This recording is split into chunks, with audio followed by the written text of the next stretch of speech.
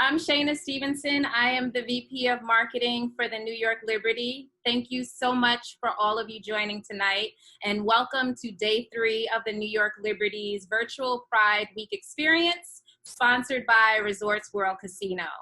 I'm extremely excited about this evening's speaker, Jody Patterson. Not only is she a globally acclaimed LGBTQIA activist, but she also happens to be a proud alumna of Spelman College, just like myself. So welcome, my Spelman sister. This feels very much like a family affair, and I'm so excited for all that you have to share with us this evening. But beyond that, Jody is also an entrepreneur. She's a mother of 5. And she's also the author of the book, The Bold World, a memoir of family and transformation, which is on sale now. And it is hailed by the Color Purple author, Alice Walker, as marvelous. In her memoir, Jody talks about her transgender son who, at the age of 3, announced, "Mama, I'm not a girl, I'm a boy," and how she set out to transform herself, shift her own bias, and change the way her community understands gender. This conversation, there will be time for Q&A, so please take notes, please be enlightened, please learn, and any questions that you have for Jody, please drop them in the chat below, and we'll try to get to as many questions as possible. But without further ado, I'd like to introduce Jody Patterson. Give me 1 second while I unmute her.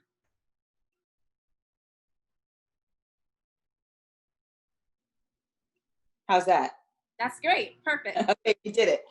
Oh man, I'm so, I'm really happy to be here. I'm happy to be with my Spelman sister and with all of you here. I have had so much on my mind, as I'm sure you all have.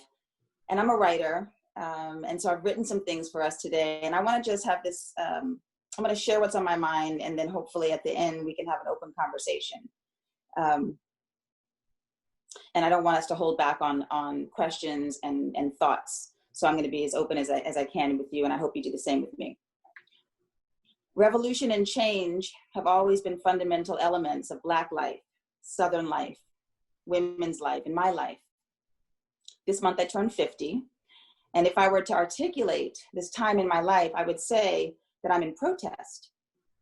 I've been marching, fighting, and protesting for years, but recently I'm on level 100 for Black folks, trans-identified people, Me Too survivors, dreamers, all to be seen and protected and cared for. And right now, we're witnessing a collision, right? There's been a collision in America, a pandemic and a murder. And those two things have collided, and they have amped up the movement to a level many of us have never seen before. So the pain was there already, and the facts were there already, but the collision, it brought everything global. Millions of people tuned in, and it feels different. So it feels like we can never go back to the way things were, right? It feels like we'll never be able to go back there. But my mother and her sister, who are in their 70s now, they know this moment well because they've experienced it. They've seen it before. So around 50 years ago, life was quite similar to the way it is today, right? There were parallels.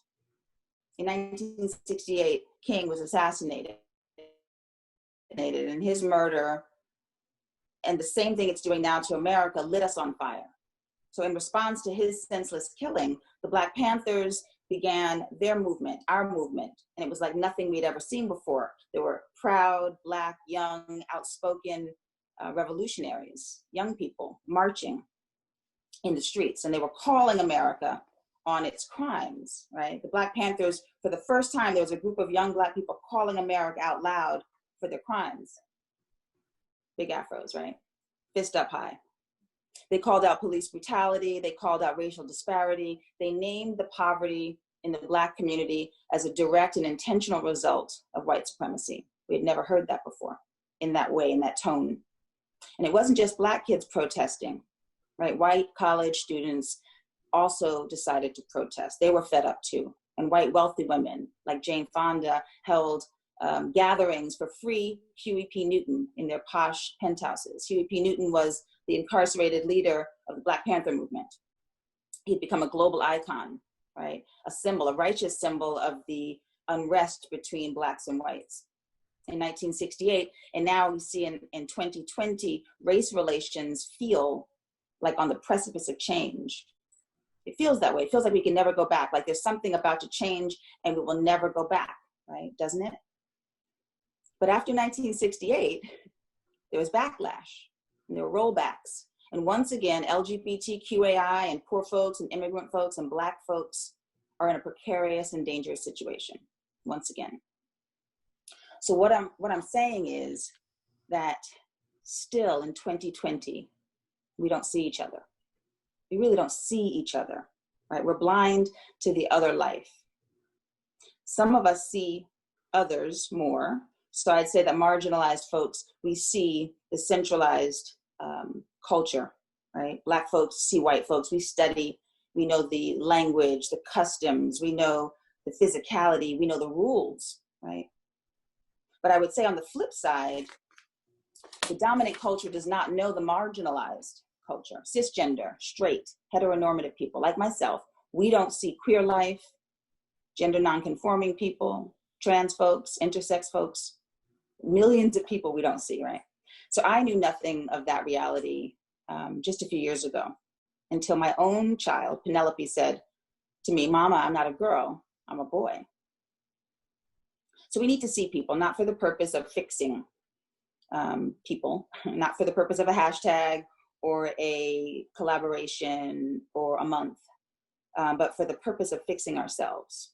Because Baldwin said it best, the very thing white people don't understand about Black folks is the thing that white people don't understand about themselves, right? If we stay blind, nothing good will come of this. We have to open our eyes and see people. So today, this evening, I don't want to talk and think we're going to fix life, fix everything in this diversity talk, Pride Month talk, right? Because life is complicated. And at the same time, there are multiple realities happening at the same time.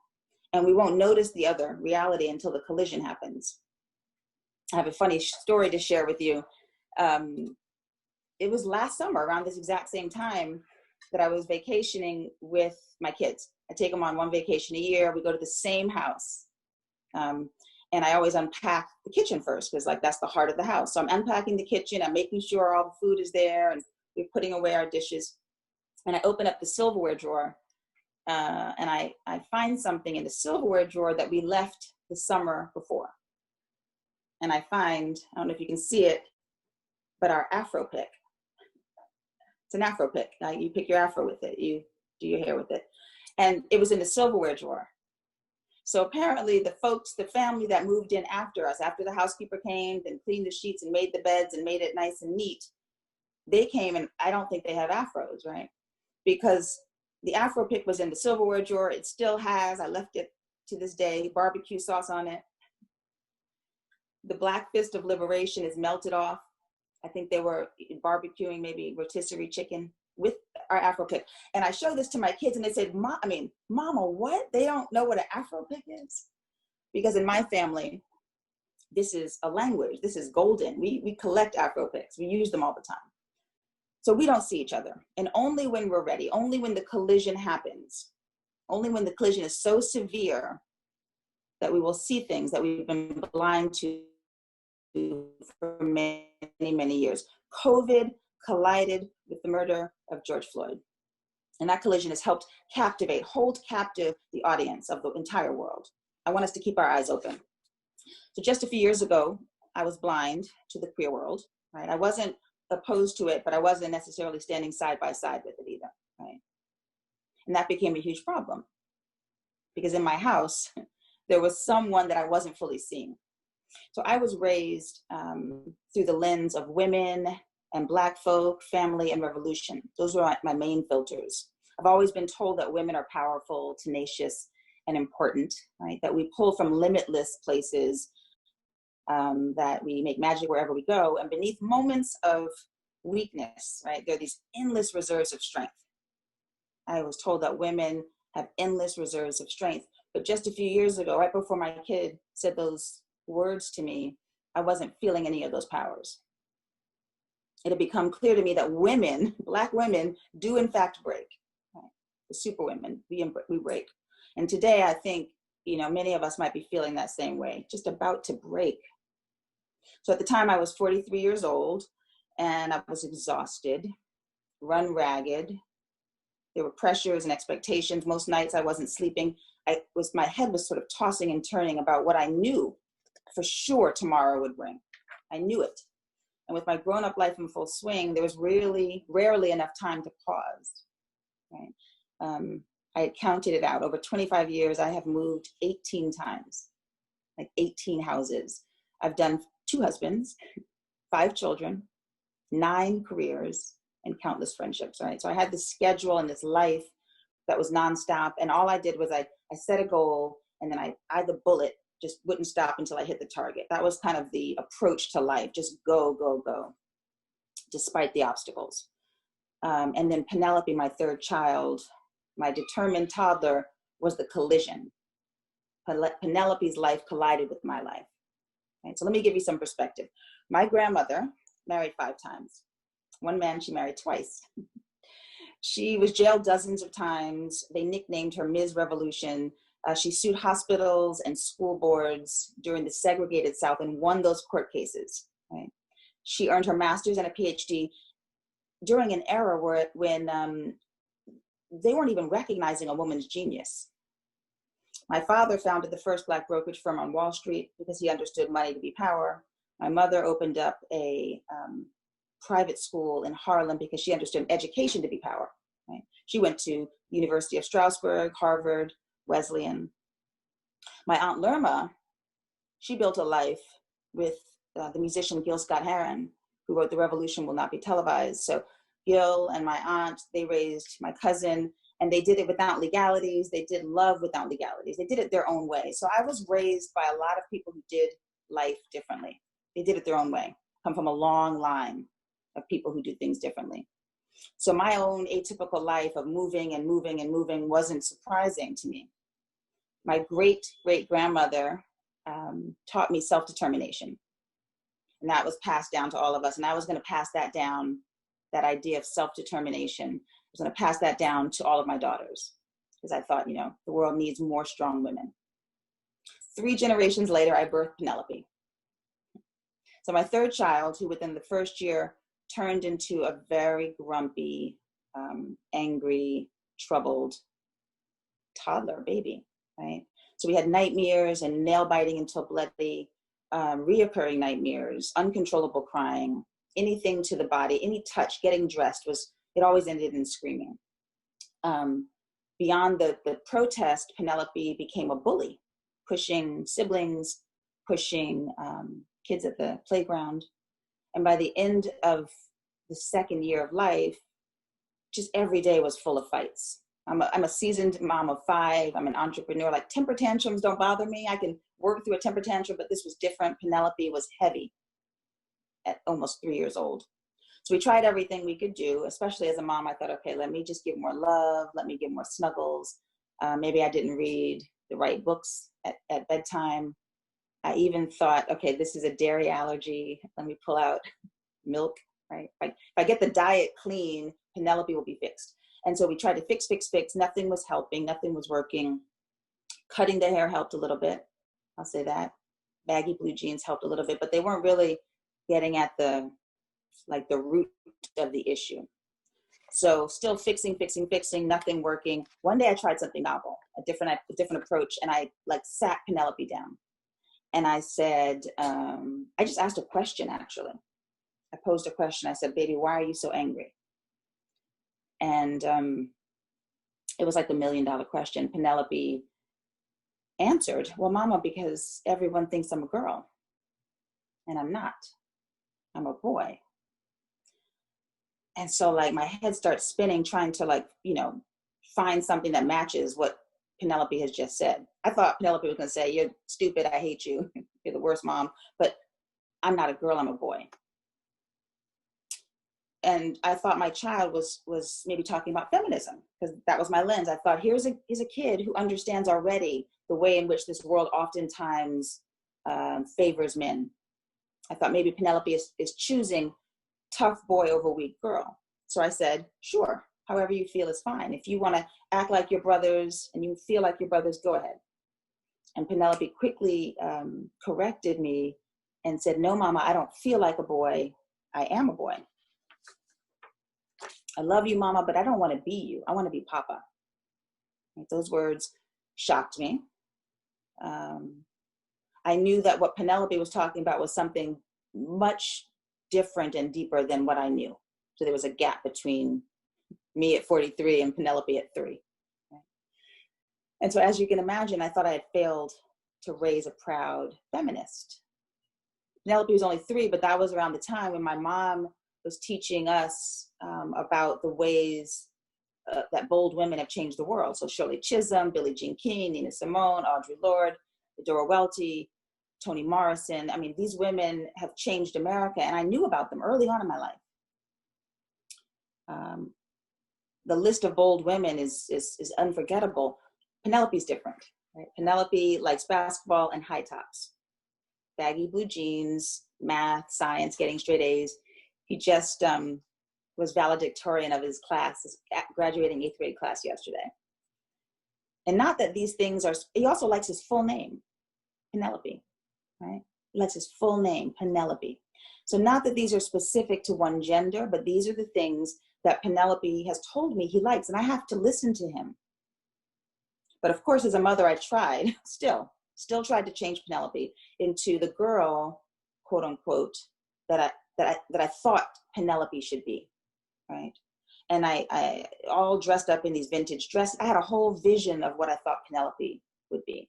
And I pushed for that. I insisted. And the more I insisted that Penelope be a smart girl, the sadder Penelope became. You know, just really sad. And I became sad too. And I think part of my sadness and part of the push was because I was afraid.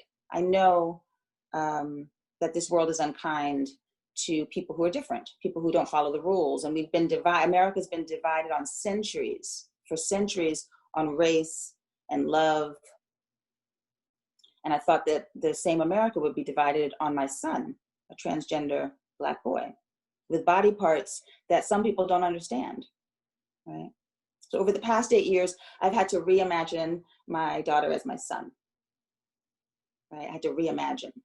I had to wrap my head around Penelope as he, and I had to simply just let him be boy, let him into the spaces that were not given to him prior to that, right?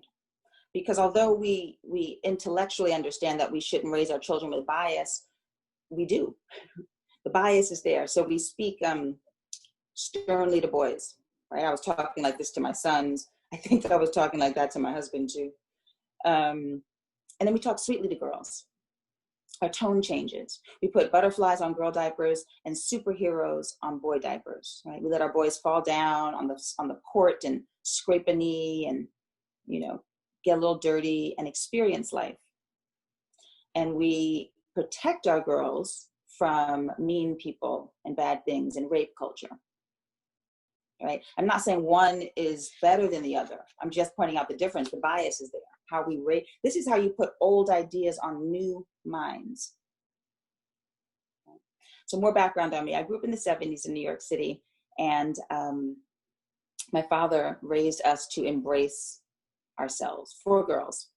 And as an example, if we wanted to wear blue jeans, dirty blue jeans under our Sunday dresses, and my mom would disagree, my dad would say, absolutely, let them wear what they want. They're happy. Who cares what they look like? Let those girls be free. And if somebody didn't want to brush their hair one morning, he'd say, great idea, Afro contest. Who can grow the biggest, most unbrushed Afro by Easter, right? So in my house, it wasn't about sounding perfectly or being correct or looking pretty. He said, you're not born to be pretty. You're born to challenge the status quo. You're born to reimagine and to dream forward. That was the directive in our house, dream forward. So here I am today, 50, the center of a pandemic, both viral and racial, and I'm forced to reimagine in the most critical way yet. And as we look around at our cities on fire, on the precipice of change, we're angry. We need something different.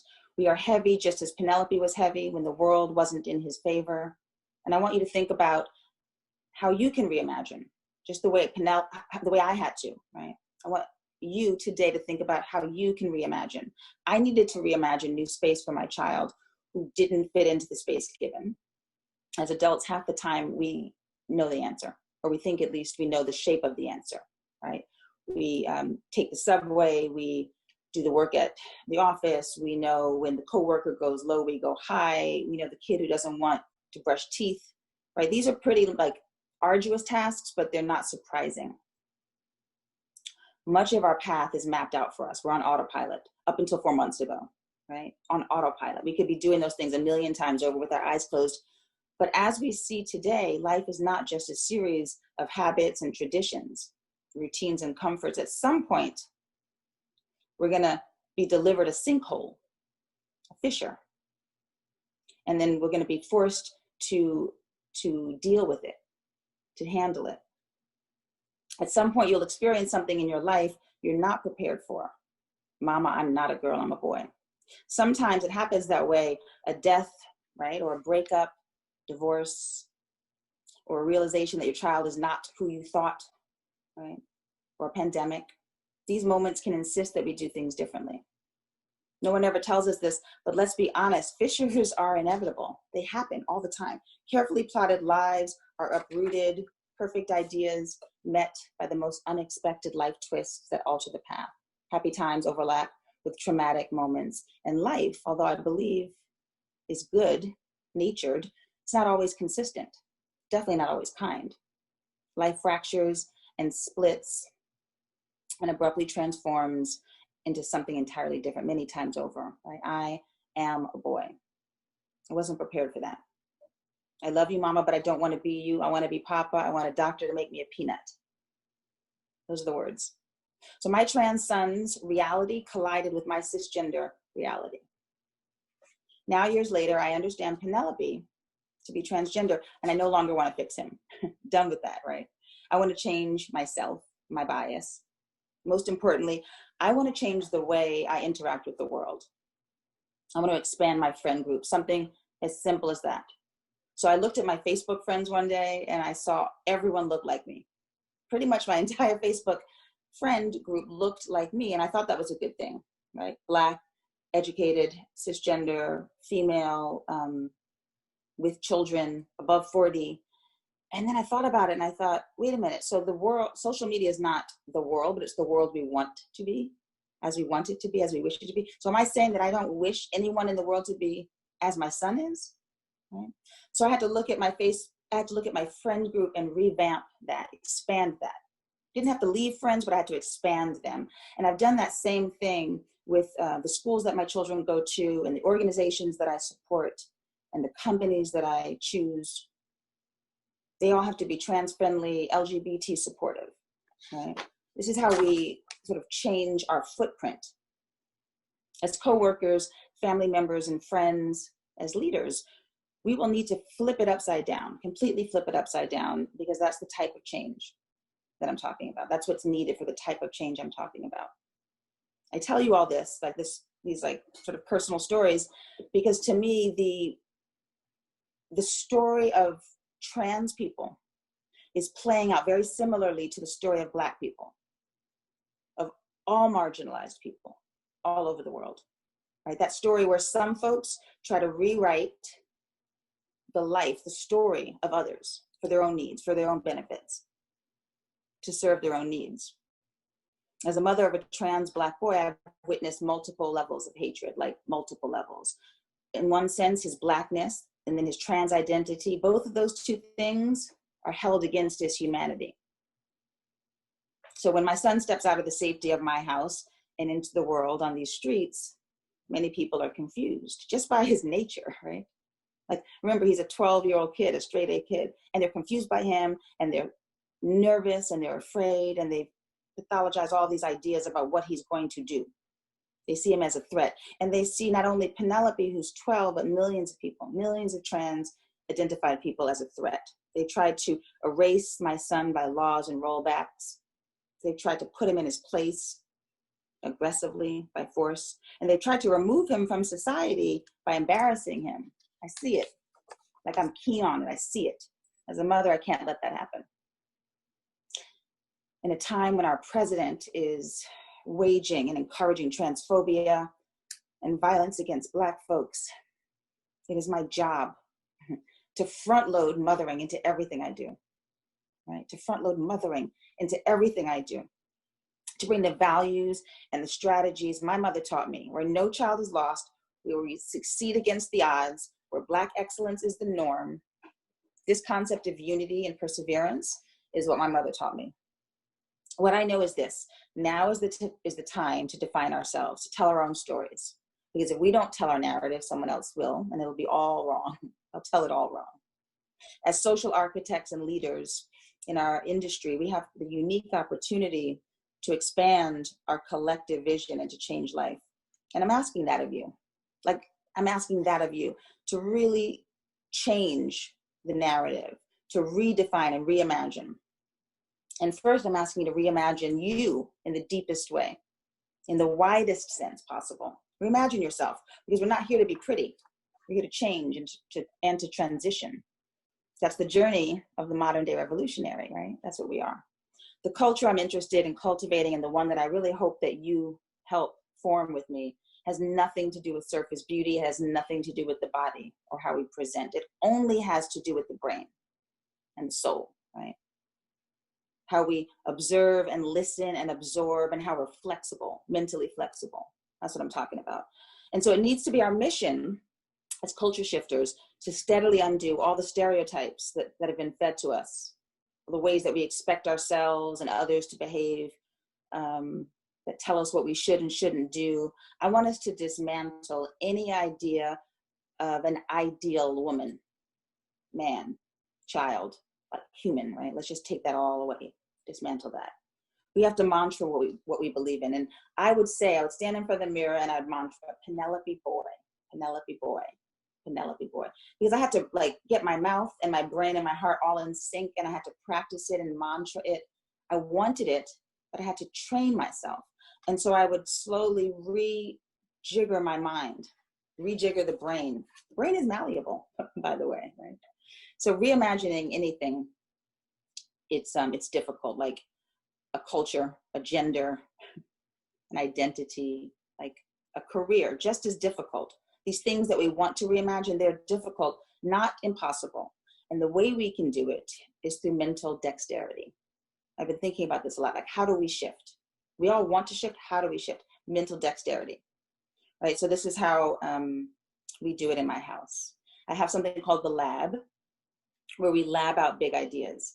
And it could be anything. Who gets the front seat in the car, race, it could be like religion, big ideas that disrupt people. And so the rules are simple. We all sit down in this circle, all the kids on the floor, and whoever has the proverbial microphone can speak for however long you want, right? And then you can't interrupt and you can't rebuttal. It's just about speaking your truth. So I have 5 kids, right? So each person gets to speak. I have a 13-year-old scientist, and this is how he labs out. He'll say, Penelope, I love you. I respect you. I will always use the right pronouns. But scientifically speaking, Penelope, anatomically speaking, you are female. Right? He's 13 and he's a science geek. And he says, we have to speak in science terms, and Penelope, you are female.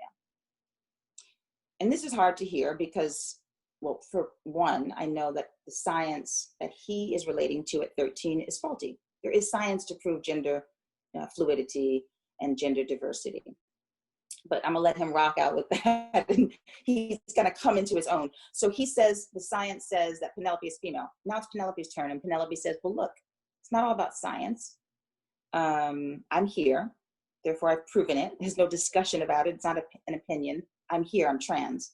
And most importantly, says Penelope, this is how God has made me. And then the science kid says, wait a minute. God isn't proven either yet. God's not scientific, right?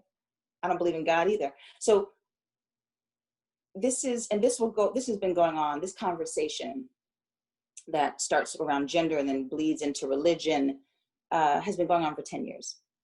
Cassius, the scientist on the science side, and Penelope on the lived experience side, and they've never gotten any closer. In 10 years, they're just as far apart in the argument or in the discussion, right? And so the goal is not to agree. The goal is not to agree, not with your family, not with your office mates, not with the world. I'm sure people on this Zoom don't agree with my parenting practices or what I'm saying. The goal is not to agree. It is to discuss with decorum, right? And grace. And I think if we can lab out big ideas, and see where they take us, we can, big concepts, even foreign people won't be a big deal after a certain point, right? Labbing out sort of takes away the sting of something different. I believe in radical mothering. And some people assume that my act of radicalism is advocating for my trans child. It is equally radical to allow all of my children to grow into their own perspectives and identities. I'm leading a team, an entire team of 5 kids, not one. One of them is more well known, but I'm leading 5 kids. And the goal is for us to function as one cohesive unit, right? We call that emoja.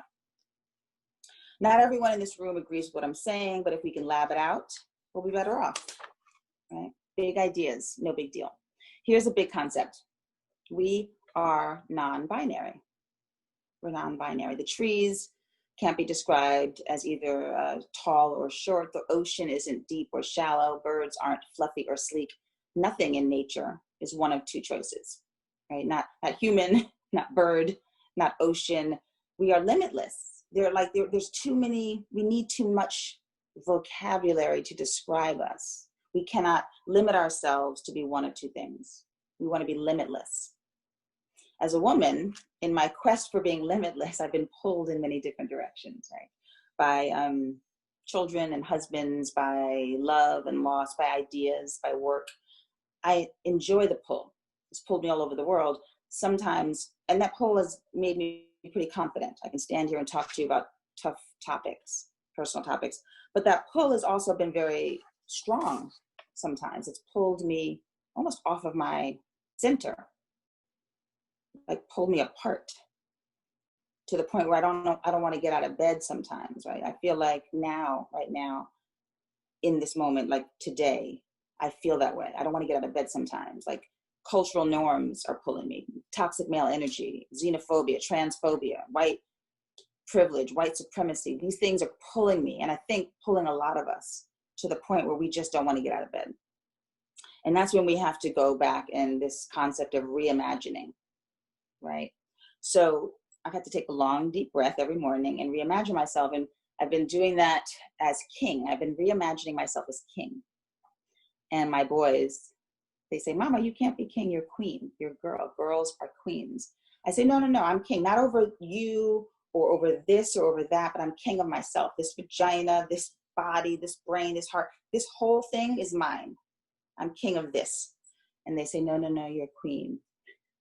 Then I say, like, just read my book, think about it for a few years, get back to me, but I'm king. This is reimagining. I also sometimes reimagine myself as starfish. This is a word I use. I say, we need to starfish, stretch out in the sand, right? As starfish do. I don't think they're girl starfishes or boy starfishes. We need to stretch out and touch all aspects of life, not what a 50-year-old mama would do or should do, not a girl or a boy do, not what a girl or a boy does, but just reach out and touch everything, all things, be anything. I call this starfishing. And I actually encourage my kids to do it too, right? I imagine myself as not one thing, but everything, all things, anything. These are acts of detachment, right? Acts of detachment that we all need to practice some days, just to remind us of the human need for freedom, the human need for freedom. And just like a starfish, if any of our limbs are severed off by trauma, they will grow back again and again and again. All of us can reimagine, right? We can be more than what our gender says, more than what society tells us we should be. If we write ourselves off as purely one thing, women do this, mothers do that, Blacks move like this, white folks approach it like that, we will be miscalculating, gravely underestimating our infinite potential. Gravely underestimating our infinite potential. The life that I want for myself, for my kids, but also for all of us on this Zoom, is one that is not to be stuck up under or caught up in, right? This is a life that must be traversed and experienced. And I've learned that from my children, to experience life, because mothering is building. I'd like to take what I've learned through mothering and apply it to moments like this, where the world feels on fire and change is begging to come, a moment where everything depends on our follow through at a time when we must be vigilant. This moment requires mothering. It's radical for people of power to listen to women, specifically Black mom of 5, and take the values of what I've done in the home and with my family, and then to welcome that knowledge into the world, into the office and into the boardroom, right? What I want to introduce is mothering as an architectural power structure, developed in the home but applied far beyond. That's what I'm talking about essentially here, mothering. I call it mothering as social architecture, where we take a 360 bird's eye view, right? We look from a bird's eye view, 3D perspective, and we see all the moving parts, where we kind of get over the energy. As moms, mothering has to be over the energy, not under it. Not one child can be lost, not one parent, not one mama can be lost, right? How do we all coexist in this space, whether it's a home or an office or a world? What is structural? What cannot be lost? People, right? What is aesthetic? What can we change? Language, presentation, all that. This is how we mother it. Our culture at large has tried to professionalize everything. The home, the office, the city, the land. I want to bring mothering to the larger community. Forget about efficiency. Let's bring mothering to the larger community. Often when we talk about parenting, there's an implication that we're talking about heteronormative, white-centered, cisgender nuclear groups with 2 adults and 2 little people. When I speak of mothering, just to be clear, I'm most definitely not speaking specifically to cisgender people, cisgender women, or heteronormative families, or white people. I'm putting a name, mother, a word I know well, to the activity of intentional building of people and communities like ours. Right? Mothering is not specific to any gender or race or sexual orientation or class privilege. I've seen some of the best mothering done by trans women and men, queer folk, young people, uncles, chosen families with 0 budget. Mothering to me is a leadership style that builds from the bottom up, right? That's what we need to be doing. Mothering is not relegated to biology or gender. All can adopt these practices of reimagining, starfishing, and labbing it out. Mothering needs to be front-loaded wherever diverse people dwell, like on this Zoom, like in boardrooms. If the world could start thinking more like a mother, like the women who raised me, like the Black women who paved the way for this moment of Black Lives Matter and Me Too, the Dreamers movement, Trans Lives Matter. If we could start thinking like a mother, course correcting our priorities, strategies, and tactics for what's needed most now, which is unity, I promise we'd be much better off. So I thank you. I hope that we can be the change, and the world will follow us. Thanks. Jody, thank you so much for sharing your story, sharing Penelope's story. Again, I want to remind everyone that Jody does have some more time with us, and she's open to taking some questions. So if you have any questions, please drop them in the chat, and I will certainly ask on your behalf. A few questions that came through. So Marie Tanette has a question, and she asks, how have you talked with your children about race and racism given the recent events in this country and around the world? Well,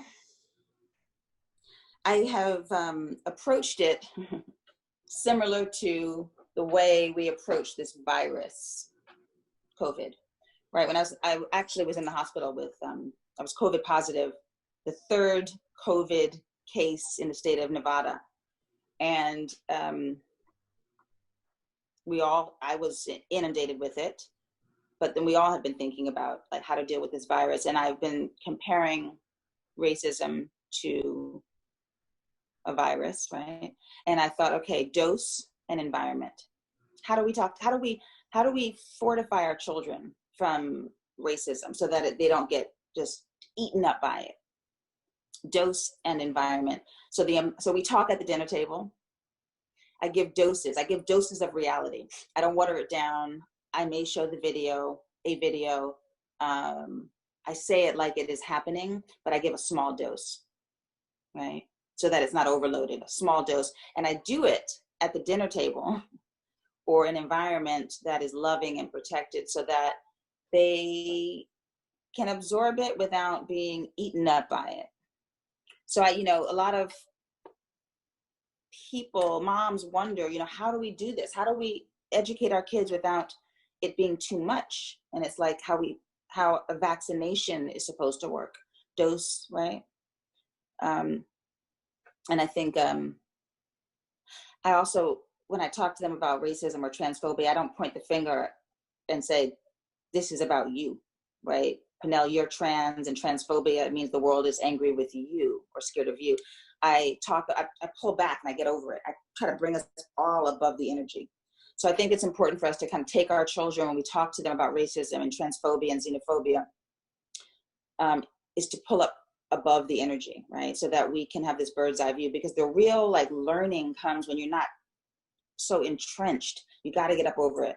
So I'd say dose, environment, and get up on top of the energy. Thank you, Marie. Also, Marie actually had a two-part question. The second part of her question is, where are your glasses from? Well, these are from Warby Parker. It's funny because I go through I lose them every day. So I have by my bedside on either side, I have at my desk 2 pairs. I have at the front door. I have some cheap ones in the kitchen from the drugstore, but these are Warby Parker. Okay. She said, yes, queen. Lucas Simons has a question. Lucas would like to know, should people be worried about the virus or racism? And I don't know if it's an either or, and both answer for you. What would you say? I worry about it all. I mean, I haven't stopped thinking. Well, when I was in the hospital, I was so aware of my body and my health and the virus and all of the articles on how you get it and how you can heal yourself. And I just overloaded on the virus. But I tell you, there wasn't a second in that hospital, 2 weeks, when I didn't realize that racism was playing a part of how they were treating me. I walked in. So my answer is both. We cannot separate. It's like, coffee and water. You add coffee to water, and then after it mixes, you can't separate it. It's not one it becomes one thing. And racism has just become a part of everything. So when you talk about COVID, you talk about racism. When you talk about education, you talk about racism. You talk about health, racism. Economic power, racism. When I was in the hospital, I had rolled in basically by myself to the emergency room with a Tupac t-shirt with my pajamas on. I had a Tupac t-shirt and some men's pajamas and some sneakers. Too sick to pay attention to my clothing. I didn't have any jewelry on. I had no glasses. I had no lipstick. And they just talked over me. Didn't give me a toilet or water or pain medicine for 12 hours. Insisted on moving me around. And that was race.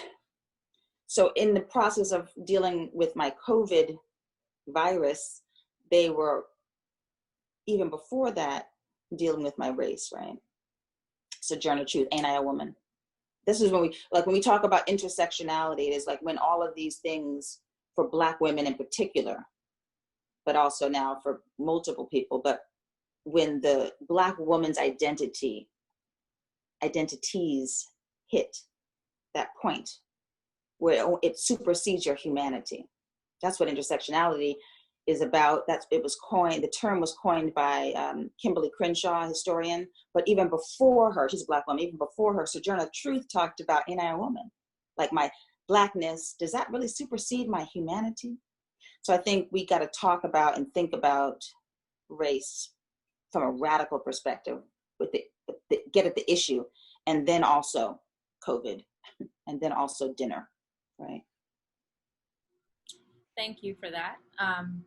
Lucas says, thank you. I hope you have a great summer. Marie says, what advice do you give to people who think 3 or 11 or 12 or any age that is not adulthood is too young to make such a change?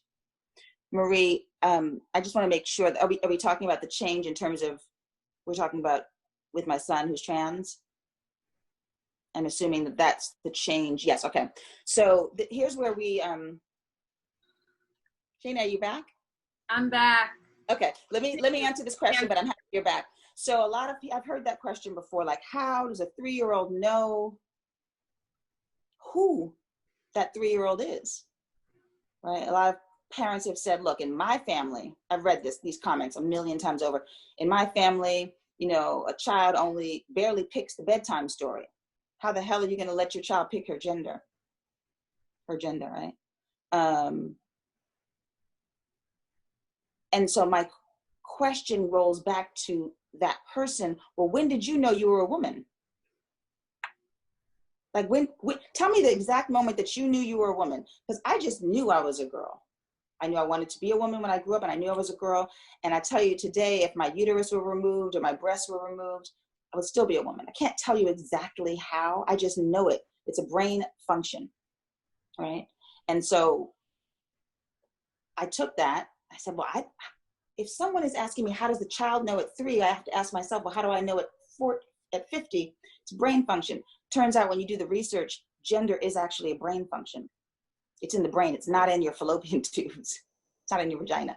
Identity, gender identity is a brain function. So that's not just for trans people. It's any person. At 3 is the first time, 3, 4, 5 is when every brain starts to identify, place itself in the world. So not just my son, all brains around 3, 4, 5, 6 start to identify. And then it happens again around the teenage years, and then again in the young adult years, right? So Penelope's brain, like all of ours, placed itself in the world, looked around and said, wait a minute, the way I see myself, the way my brain is telling me, is not the way mama's talking to me. It's not the way daddy is dressing me. My kids just happen to be really verbal. So they talk early. So when people say that 3 is too young, I say it's never too young to know yourself. We all do. Whether we listen to our kids or not is a whole different story. Whether we squash their voices is a whole nother story. And then the other part of that is to change. There's no change happening yet. So Penel is only 12. There is no physical change. There's no hormone. There's no drug. There's no surgery. Literally what we've done is we've said he. I've changed my language. I've said he. And Penel can go to the boy section and wear anything he wants to wear. So that's the change that we've done right now is our language and his dress and his hairstyle. And so for me, I think that is just affirming, because when you say no to a kid's identity, or when you say no to anyone's identity, you're inviting death. It's just plain and simple. And you won't know it until you experience it. I said no to Penelope, and Penelope was slowly pulling back from me and from life. And then when you say yes, you see everything change, right? You see smiles, you see joy, you see a straight A student, you see an engaged kid. So I rather say yes. I don't know what that means in every scenario. We'll have to figure it out together. But yes, I support you. And go wear some blue jeans if you want. And then the next idea is, in his teens, we will have to think about, and he'll have to think about, does he want hormones? Does he want body changes? Does he want surgery? And that is a long process with conversation and people to bounce ideas off of, and doctors, and it's not something that happens overnight. We haven't done any physical changes. But that might be that might be what the next step is in his teens. I love that when you said that, when you say no, you're speaking death, because I'm not a parent, but I can relate to my relationship that I have with my parents, and all they've ever done, whether they agree with my choices or not, is try to support me in my journey and speak life over me and not death over me. Yeah. So I think I had another question for you. Mm-hmm. As a parent or as a mother, what are some ways to ensure your child knows they have your full support throughout the transitioning process? Well, a lot of it is, what they watch us. They watch to see how we respond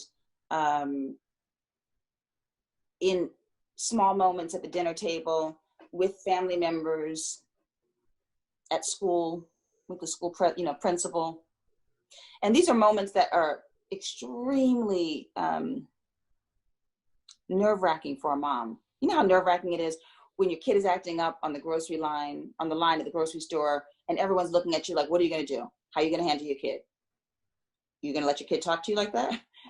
And you start to panic, and you might do something that you would not have normally done because all eyes are on you. You might scream, you might yank an arm. And so how we respond to our children, how we support our children, how we speak to them, and how we speak about them in public matters. Our children understand that when eyes are on us, sometimes we mess up. And sometimes we revert to what other people want. And that was the thing I had to be really confident about and push myself on. I said, look, at the dinner table, in front of my mama, at school, in front of the principal, at karate class, when I'm taking him and signing him up, I have to demonstrate, I have to model confidence, even if I'm feeling terrified. And then I would walk in, my shoulders would be back, and I'd say, hi, I'm Jody Patterson. These are my 5 children. This is Penelope. How are you? Nice to meet you. We are a trans-identified family. I'm a trans mom. Do you know what that means? You can Google it. I would just say things out loud that sounded really silly to most people. I would say transgender out loud because our children need to hear it. And Penelope never had to push for his identity in public. I pushed. So he told me, he was very clear with me. He made sure I understood. And then I went out and pushed ahead for him so that he didn't have to be embarrassed about who he is. It's embarrassing sometimes for a kid to have to fight and to say and to explain every damn thing about themselves. So I did it. And I think that's how we can show the support. We can understand what it's like to have to explain ourselves in a boardroom full of white men, perhaps, as a Black woman. And so I would put myself in that moment and remember what it's like. And I would step in front of my kid and I would just put everything on the table, right? As if I were trans. I'm taking this on. And I'm not trying to co-opt the trans experience, but I tell you, my kid is trans, so there's nothing he is that I'm not, period. So if you have a problem with him, you got a problem with me. And I would just put that in front first. And so this is like, the way we show support is to be bold. The way we show support is to be verbal, to say the words that no one else wants to say, and to say it fast before people have a moment, right? Put on the table first. And then your kids are like, oh, mama's doing something. Mama believes in me. Naima says it's also important for extended family and friends to do the same, even in the absence of the child. So if this is the Naima that I know, this might be my baby niece. Oh, okay. It may be, it may be not, but there is a Naima in my family who is that person. And she's absolutely right. In the absence of the child, it is her. In the absence of the child, in the absence of the mother, there's conversation that happens offline when I'm not there. Because, people don't want to hurt my feelings. They don't want to hurt Penelope's feelings. So they're going to talk about it and unpack it separately. And this extended family member who might have just a little bit more understanding than the rest, step in, say something, clarify, or open up the conversation, because a lot of what it is that people need to vent, people need to lab it out. It's what we do at home, what I do at home, I lab it out. And so the extended family can help by labbing it out and allowing for the long form conversation to take place, so that when they come back to see Penelope at Thanksgiving, they have less confusion because they've labbed it out over the last 3 months, right? It's really important for the families to start labbing this out and bring up the tough conversation. I think I have 2 more questions for you, but I just wanted to say that I think that that's something that we're experiencing as society as a whole during this period where everyone's having conversations about race, very uncomfortable conversations. And I know as a Black woman, several of my white friends have reached out to me and, you know, extended their allyship or, you know, told me that they're an advocate. But and I've been very clear. Are you having these conversations with your white friends? Or have you been speaking up when they may make an off-color remark when I'm not present? So it's how you show up for me and others that look like us, or anyone who's different from you within your community when we're not there. So one question I have is, recently Gabrielle Union and Dwayne Wade have made a lot of headlines because of the announcement that their daughter is transitioning. So how do you hope that Dwayne Wade and Gabrielle Union's public support of their daughter Zaya will impact others' views about the transgender community? Mm-hmm. I'm so happy that they spoke out, but even before that, I'm so happy that they had the moment of clarity to support their child. It shows that they really are in an internal unit, right? A lot of times we think of celebrities as only working for the world and only, you know, out here to make the world, the audience happy. But to support your kid when the whole world is telling you differently means that you have thought about this and listened to the internal dialogue in your own home. A parent who's raising a kid who is gender nonconforming, it is obvious at a certain point. You can't hide it at a certain point. And you might not have the language for it. I didn't even know the word transgender. It took me research to understand the word or the language, but I understood something was different with Penelope from very early on. And so I see that Gabrielle and Dwayne, they saw it too. And I've been talking about this for 10 years now. And other families have been talking about this for a decade now. And you see Gabrielle Union, a celebrity who has her reputation at risk, stand up and say, my kid is trans. That's because families have been talking about it for 10, 12, 15 years, right? Not in the same light as Gabrielle, but I speak in front of platforms of 5,000 people. I'm not a superstar. I'm a mom who's speaking to other parents or other politicians or other community leaders. And I think that buildup produces the ability for a celebrity who rides on public approval to go against the grain. So I think it's a really good thing. I think it shows that there's a shift in the tide change. I would say that we need to support that. We need to support them. And I would say that we need to look at the history of trans-identified people and families. You could read my book, The Bold World. You can see the history in my family. But there's a history of trans-identified people. It didn't just happen 10 years ago. They didn't just plop onto the earth, right? 10 years ago. Millions of people are trans. And we have to understand that. And if we don't understand millions of people, we are pretty much missing out on a big chunk of life. So look at Gabrielle's family, but also study the history of trans folks and the history of gender nonconforming folks, and realize that there are just millions of people out there. And Gab is a direct response of all the hard work that we've been doing to change the narrative.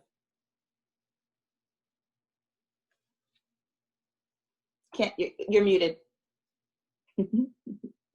Thank you. I agree. I think it's important for her and Dwayne, who have the celebrity and influence and platform that they do and the power that they do, to push these conversations into the mainstream, because that's how we provoke conversation. That's how we inspire change and different point of views.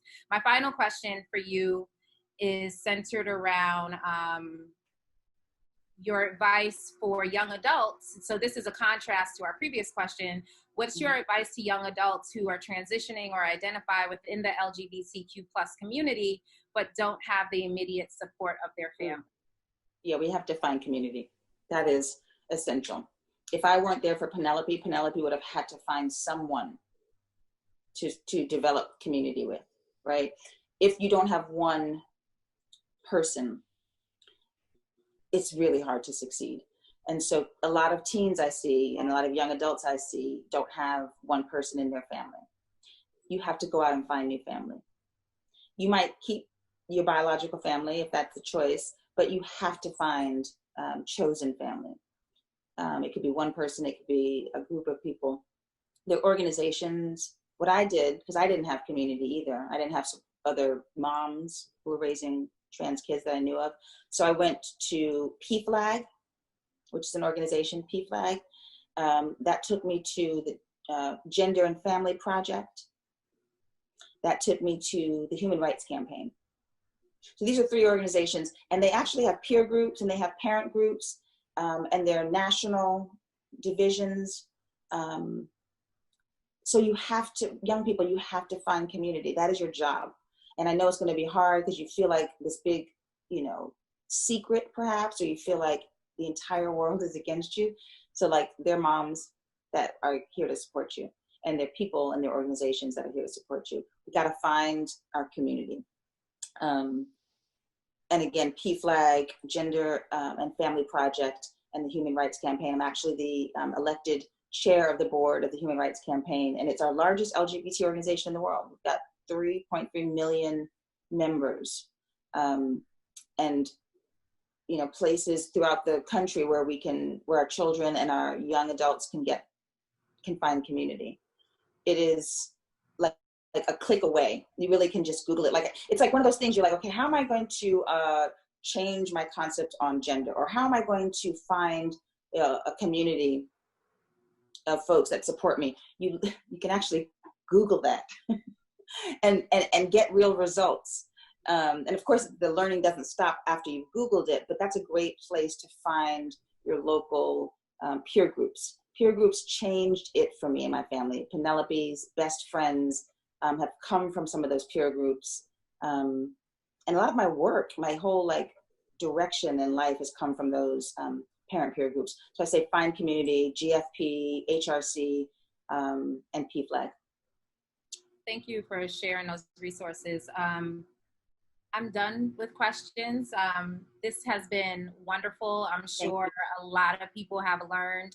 I know that personally for me, it's given me a new way to reimagine a lot of the spaces and places that I call safe as a Black woman, as a Black cisgender straight woman. Yeah, but I think, you know, as we explore ways of dismantling these institutions, whether it's defunding the police or whatever, I think it's important for us as a society to reimagine our education system and how it can be a more inclusive and safe space for trans youth, or our churches. You know, a lot of churches don't have these conversations, and then that perpetuates mental health issues, and it just leads to a lot of other issues within our society. So I'm hopeful that everyone was able to take something very profound away from this conversation. Please pick up Jody's book, The Bold World, a memoir of family and transformation. And I think you get it anywhere. You can get it anywhere. We will have it on our website. We couldn't get it up in time for today's chat, but we will send out an email to all of you who joined us today if you're interested in purchasing. Thank you so much for joining us, Jody. I appreciate you. Everyone who attended tonight, thank you very much, and enjoy the rest of your evening. Have a good night.